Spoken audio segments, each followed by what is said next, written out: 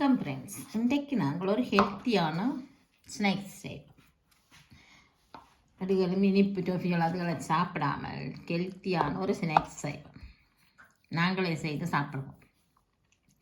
அதுக்கு தேவையான பொருட்கள் 200 கிராம் பேரிச்சம்பழம், 50 கிராம் பாதாம் பருப்பு, எள் 40 கிராம், 130 கிராம் வால்நட் எடுக்கிறேன். வால்நட் இவ்வளவத்தையும் வச்சு நான் ஒரு ஸ்வீட் செய்து காட்டுறேன். உங்களுக்கு இல்லை வறுக்க வேணும். எள்ளு வறுக்கிறதான் வேலை, மற்றது எல்லாம் சுலபமாக செய்ததான். எள்ளு கொஞ்சம் பொன்னிறமாக வரும். இப்போ வேறுங்கோ எள்ளு சிவந்து வந்து வாசனையும் வந்து நல்லா சிவந்து ஆகலம் தேவையில்லை. இப்படி நல்ல ஒரு அரைச்சிவாப்பு வேறு எடுக்கலாம். வெள்ளை வடிவாக பொன்னிறமாக பொரிஞ்சு வந்து அவர் எடுத்து சைட்டாக வைப்பான். அதுக்கப்புறம் என்னப்பா, இப்போ நாங்கள் வால்நட்டை பூவும் பாதாம் பருப்பையும் போட்டுட்டு அடித்து கொண்டு வர. இப்போ வேறுங்கோ பாதாமும் வால்நட்டும் அடித்து கொண்டு வந்துட்டேன். ஆகல் மதியத்தில் கொஞ்சம் கடி ஓட்டக்கூடியதாக இருந்தால் நல்லா, அப்படித்தான் அடித்து கொண்டு வந்துடுது. இப்போ வேறு ஒரு சட்டிக்கு போட்டுட்டு போடும். நாங்களே ஸ்வீட் செய்து சாப்பிடலாம். இப்போ நீ பேரிச்சம்பழத்தையும் போட்டு அடிச்சுட்டு வைப்போம். இப்போ வேறுங்கோ பேரிச்சம்பழம் நல்லா குழைவாக அடிச்சிருக்குங்க. நல்லா குழைவாக அடிச்சு இதையும் அதுக்க போடுவோம்.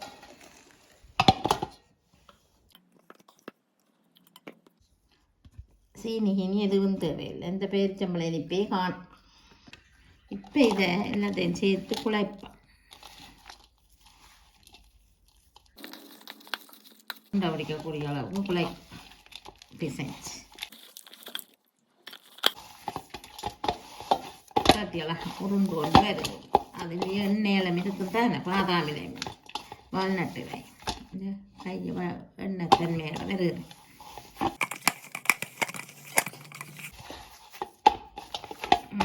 இப்படி உருட்டி எடுத்துட்டு அப்புறம் சிறு சிறு உருண்டைகளாக உருட்டை. இப்போ இனிப்பு காணுமா, இனிப்பெல்லாம் கணக்கு.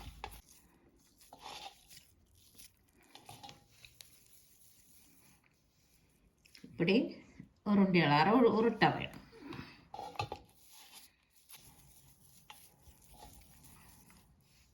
அப்படி உருண்டு வடிவாக வேறாண்டு.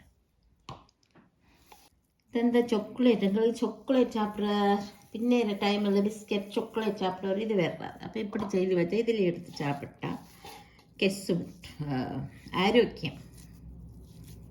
எல்லா உருண்டையெல்லாம் உருட்டிட்டு இப்போ எல்லாருக்கும் ஒரு டவுட் இருக்கும். எள்ளு முதல் தேவையான பொருட்கள் எள்ளும் காட்டினவா எள்ள என்ன செய்தவா. அதனால் இப்போ உங்களுக்கு எள்ளுக்கு இப்போ என்ன செய்ய போகிறேன் எள்ளாண்டு காட்டு. இந்த பாருங்கோ, இதுதான் உருட்டி எடுத்த உருண்டைகள். அப்போ இந்த உருண்டை அந்த எள்ளையில் அப்படி உருட்டி எடுத்தா எள் உருண்டை மாதிரி கிடக்கும். பார்க்க பிள்ளைகளும் விரும்பி சாப்பிடுவார். பார்த்தியலாம் எப்படி இருக்காண்டு. பிள்ளைகளுக்கு எள்ளும் போன மாதிரி இருக்கு. பாருங்க, ஒட்டுனீங்களா ஒட்டும். இப்படி எல்லாம் செய்துட்டு காட்டுறேன். ஒரு கையால் இது பிறல் ஆட்டிக்கு உங்களுக்கு 2 கையால் கையில் எல்லாம் இப்படி இப்படி இப்படி ஒட்டுனீங்களாண்டா வடிவாக ஒட்டிடுவேன். பாருங்க,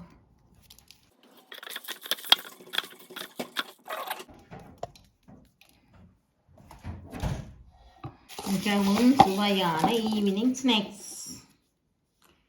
எப்போ விருப்பமோ அப்போ சாப்பிடலாம். ஈவினிங் வந்து இல்லை, நீங்கள் எப்போ விருப்பமோ அப்போ சாப்பிடலாம். சாக்லேட் சாப்பிட வேணுமென்று தோன்றதுக்கு இதில் ஒன்று எடுத்து சாப்பிடுவோம். டீ டைமில் பிஸ்கெட் சாப்பிடவும் விருப்பம் வரும். அப்பவும் இதை எடுத்து சாப்பிடலாம். இப்படி எடுத்து இப்படி எல்லாமே போட்டுட்டு துணிகளண்டா ஃபுல்லாக பிரண்டை நல்லா அழகாக வர்றார். வேறங்கோ அப்புறம் கொட்டார். அதில் ஒட்டினா கொட்டை.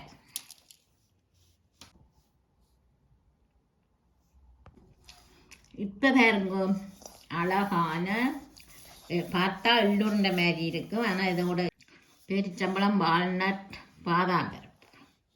அடுப்பு தேவையில்லை, எள்ளு வறுக்க மட்டும்தான் அடுப்பு தேவை, மற்றபடி அடுப்பு தேவையில்லை. ஏழுக்கும் இப்படி சத்தான உருண்டை செய்து விடுங்கோ. ஓடி எந்த அடுப்பில் வெள்ளை உருண்டைண்டு நல்லா இருக்கும். அப்புறம் சாப்பிட தெரியும், ஒன்று சாப்பிட பார்ப்போம். உண்மையாகவே மிகவும் சுவையாக இருக்குது. வறுவட்ட எள்ளு தானே கனிவடைக்கு, அதுவும் ஒரு தனி ருசியை கொடுக்குறாது. பேரிச்சம்பழம், பாதாம் பருப்பு, வால்நட் இன்னும் சூப்பராக இருக்கு. இப்படி ஒரு பெட்டிக்கு எடுத்து வச்சிக்கலாண்டா பிள்ளைகள கண் பார்வைக்கு தெரியும். அப்போ ஒவ்வொன்றை எடுத்து சாப்பிடுவேன். எள்ளுருண்டை கடிக்க கஷ்டமாக இருக்கும், ஆனால் இது கஷ்டம் இருக்காது. பாருங்கோ, இப்படி செய்து போட்டு பாக்ஸுக்கு வச்சிக்கலாண்டா பிள்ளைகள் சத்தான ஸ்வீட்டுன்னு நினச்சி சாப்பிடுவேன். பார்த்தியலோ எப்படி இருக்கண்டு. நீங்களும் எப்படியும் கூட பிள்ளைகளுக்கு செய்து விடுங்கள், நீங்களும் சாப்பிடுங்க. பெரிய வரை சிறிய வரை சாப்பிடலாம். நல்ல சத்தான உருண்டை சாப்பிடுங்க நீங்களும் செய்து. நன்றி, வணக்கம்.